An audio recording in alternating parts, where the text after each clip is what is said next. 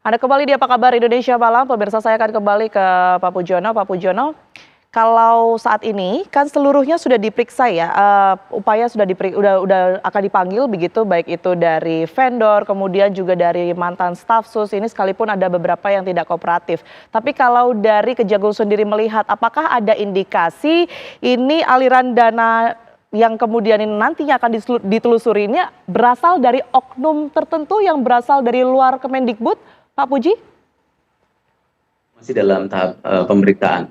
Nanti dalam pemeriksaan aliran dana ini kemana saja, dan kalau kemudian dari aliran dana ini bisa kemudian bisa dilacak kemana-mana, tentu hasil pengembangan Follow the Money itu yang beneficiary owner-nya, baik itu layering 1, 2, 3, pasti akan kemudian dipanggil untuk menambah saksi dalam proses penyidikan. Oke, baik. Saya ke Bang Yudi. Bang Yudi, kalau tadi ya pertanyaan saya yang menggantung ini, apa dan siapa sebenarnya yang diuntungkan dengan adanya pengadaan laptop ini sebenarnya dari keseluruhan? Ya, tentu adalah orang yang mempunyai pengaruh yang kuat ya, sehingga dia bisa lintas menteri, ya kan, itu yang pertama. Kemudian yang kedua, dia bisa mempunyai pengaruh sehingga ya ada perubahan spek, ya. Bayangkan, ini kan sebenarnya saya lihat perbuatannya kan sangat kasar ya. Sudah ada tim teknis yang tim teknis itu Mbak ya, kalau dalam pengadaan barang jasa itu udah ahli-ahli Mbak. Bisa jadi ada profesor, ada doktor dengan pengalaman dalam dan luar negeri ya terkait dengan IT gitu ya.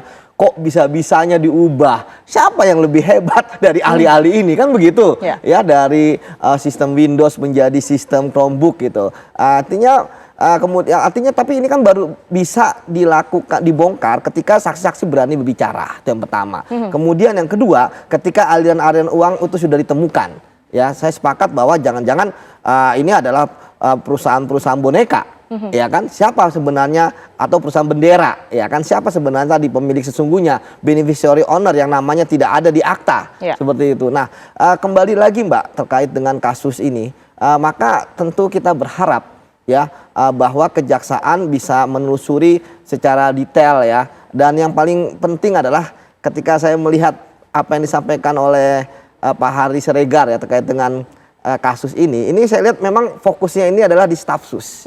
Artinya ya kalau saya tidak salah duga, PPK, kemudian panitia pengadaan barang dan jasa, kemudian juga panitia penerima barang dan sebagainya. Artinya jangan-jangan sebenarnya mereka sudah berbicara yang benar. Ya, artinya saya tentu sangat senang kalau ini terjadi, karena mereka lah yang paling paham bagaimana suasana kebatinan saat itu ketika ada tekanan-tekanan kepada mereka, sehingga mau tidak mau, suka tidak suka, ya tentu kan kita tahu ketika ada dari atas yang menekan, taruhannya kalau di birokrasi kan dimutasi, dipindahkan, dinonjobkan, jarang berani Mbak melakukan perlawanan.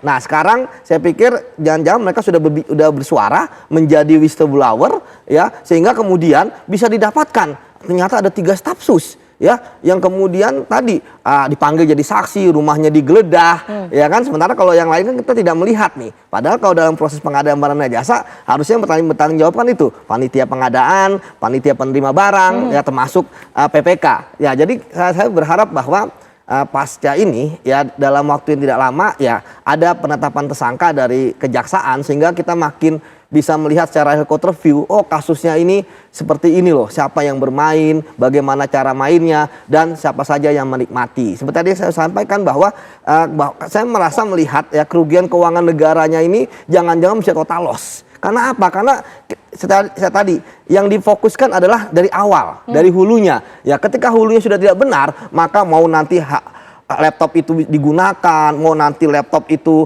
ternyata ada harga pokok penjualannya, itu nggak dihitung. Tapi karena dilakukan dengan cara tidak benar, maka hasilnya itu dianggap tidak benar sama sekali. Seperti itu Mbak. Oke, baik Bang Yudi dan juga Pak Puji, ini kita melihat dulu ya, beberapa waktu lalu mantan Mendikbudristek ini sudah melakukan konferensi pers yang juga didampingi oleh tim kuasa hukumnya, begitu kami akan hadirkan untuk Anda pemirsa.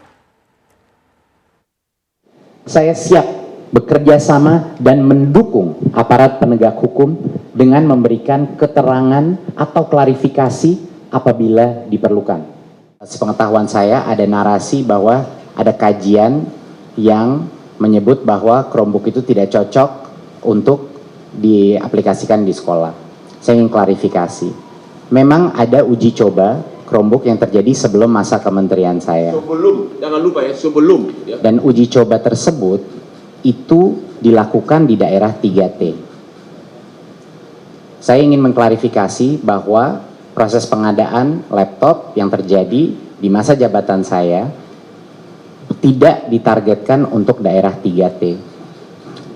Yang boleh menerima laptop dari pengadaan ini hanya sekolah-sekolah yang punya akses internet. Baik, silakan ditanggapi Bang Yudi bahwa memang dari tadi ya mantan Mendikbudristek menyebutkan bahwa seperti yang disoroti oleh masyarakat, ini kok di daerah 3T sih itu kan pakai internet gitu kan, kenapa harus Chromebook? Ternyata awalnya ini tidak ditargetkan untuk daerah 3T dan juga tadi kita sama-sama dengar ya bahwa dari Nadiem sendiri sangat siap begitu nampaknya untuk kemudian ini ditelusuri lebih lanjut oleh pihak Kejagung. Anda melihatnya seperti apa? Ya menurut saya kan tidak jadi masalah ya apapun yang disampaikan oleh Pak Nadiem, tapi kan yang disampaikan itu kan di media, bukan di berita acara pemeriksaan. Dan saya sepakat juga dengan Pak Harli Siregar ya, Kapus Penkum Kejaksaan, bahwa buat apa banyak cakap gitu kan, adu debat di media gitu kan antara penegak hukum dengan saksinya gitu. Jadi saya akan sampaikan lagi bahwa kan itu kan menurut persepsinya Pak Nadiem. Kan kita tidak tahu mengapa sampai kemudian kejaksaan ya bisa menaikkan statusnya ke penyidikan. Ya, karena kan tentu melalui proses penyelidikan dong. Dan ada fakta baru yang kemudian dan ada fakta-fakta dan sebenarnya sudah sangat disampaikan secara jelas loh oleh Pak Haris Siregar gitu kan. Jadi ya tapi saya pikir ya mungkin sah-sah saja ya beliau kemudian melakukan kompres, bahkan ada penasihat hukumnya gitu ya, walaupun masih saksi menurut saya gitu kan. Belum membutuhkan kuasa hukum menurut Anda? Belum membutuhkan kuasa hukum gitu kan, karena hanya tersangka gitu kan. Tapi ya kembali lagi bahwa asas praduga tidak bersalah tetap kita kedepankan. Namun sekali lagi memang kita hormati ya ke kejaksaan yang saya pikir sudah sangat bagus ya. Karena memang mulai dari 28 saksi tersebut termasuk vendor ini kan bagi saya sudah cepat gitu ya. Artinya tentu sekali lagi bahwa kita berharap minimal sudah ada tersangkanya, walaupun memang bukan orang top ya dalam level manajerial, tapi setidaknya ini akan bisa membuka lagi tadi kotak Pandora menuju tersangka-tersangka berikutnya. Begitu Mbak Tiara. Saya minta tanggapan ke Pak Puji. Pak Puji, apa catatan dari Kejagung berkaitan dengan mungkin sejumlah keterangan ya yang diberikan oleh Nadiem Makarim melalui konferensi pers tadi? TV One kan pernah juga wawancara ya kepada sekolah-sekolah, kepada guru-guru tentang penggunaan Chromebook itu. Dan hasil wawancara itu saya ingat betul kan sepertinya juga menunjukkan bahwa hasil Chromebook itu tidak efektif karena problemnya juga internet. Berarti kan memang apa yang disampaikan Pak Nadiem dengan fakta di lapangan kan berbeda. Tapi ini kan bagian dari diskusi di publik, yaitu sah-sah saja Pak Nadiem menyampaikan itu, dan kita berharap juga kejaksaan segera saja cepat untuk kemudian memproses proses pemeriksaan ini, apalagi kan statusnya kan belum semua kooperatif. Dan kalau kita lihat kan ada juga konsultan, kan Stafsus punya konsultan kan juga keren sekali ya.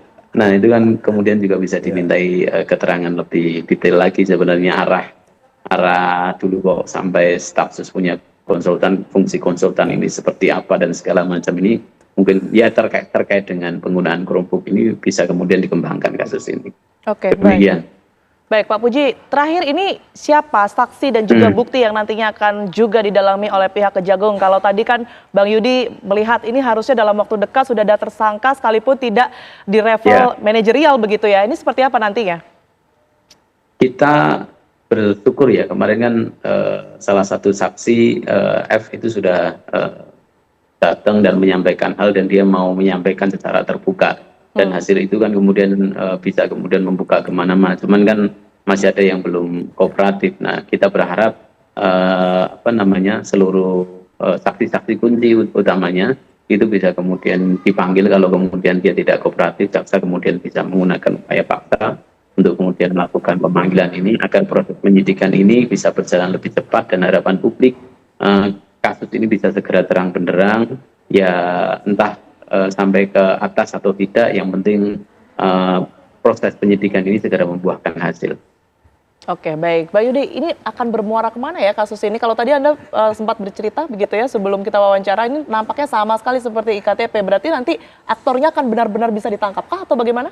Ya, tergantung dari hasil penyidikan, dan Seperti tadi saya katakan bahwa ini kan proses awal dari penyidikan babat alas Mbak Tiara ya. Artinya tentu berdasarkan keterangan-keterangan saksi. Memang kasus korupsi yang melibatkan orang-orang yang mempunyai level tinggi ya, entah itu menteri, kepala lembaga dan sebagainya, lebih banyak keterangannya adalah keterangan saksi.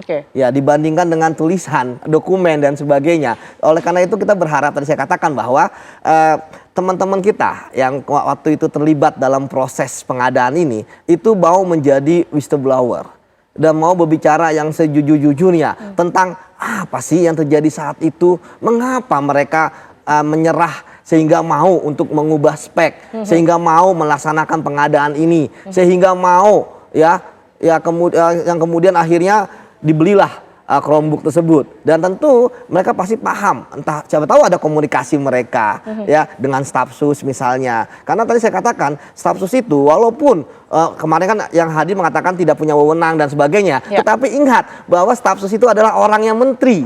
Maka tadi saya katakan ini bukan 1 atau 2 staf sus yang terlibat, tapi 3 gitu kan. Ini sudah sangat-sangat kuat gitu. Biasanya staf sus itu ada 5, ya kan. Jadi kembali lagi Mbak, bahwa proses penetapan tersangka di awal inilah yang akan menentukan di mana ujungnya. Seperti itu.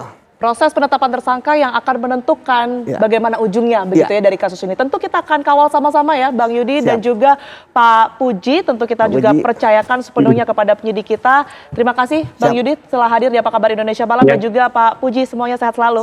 Terima kasih. Selamat malam. Selamat malam. Terima kasih.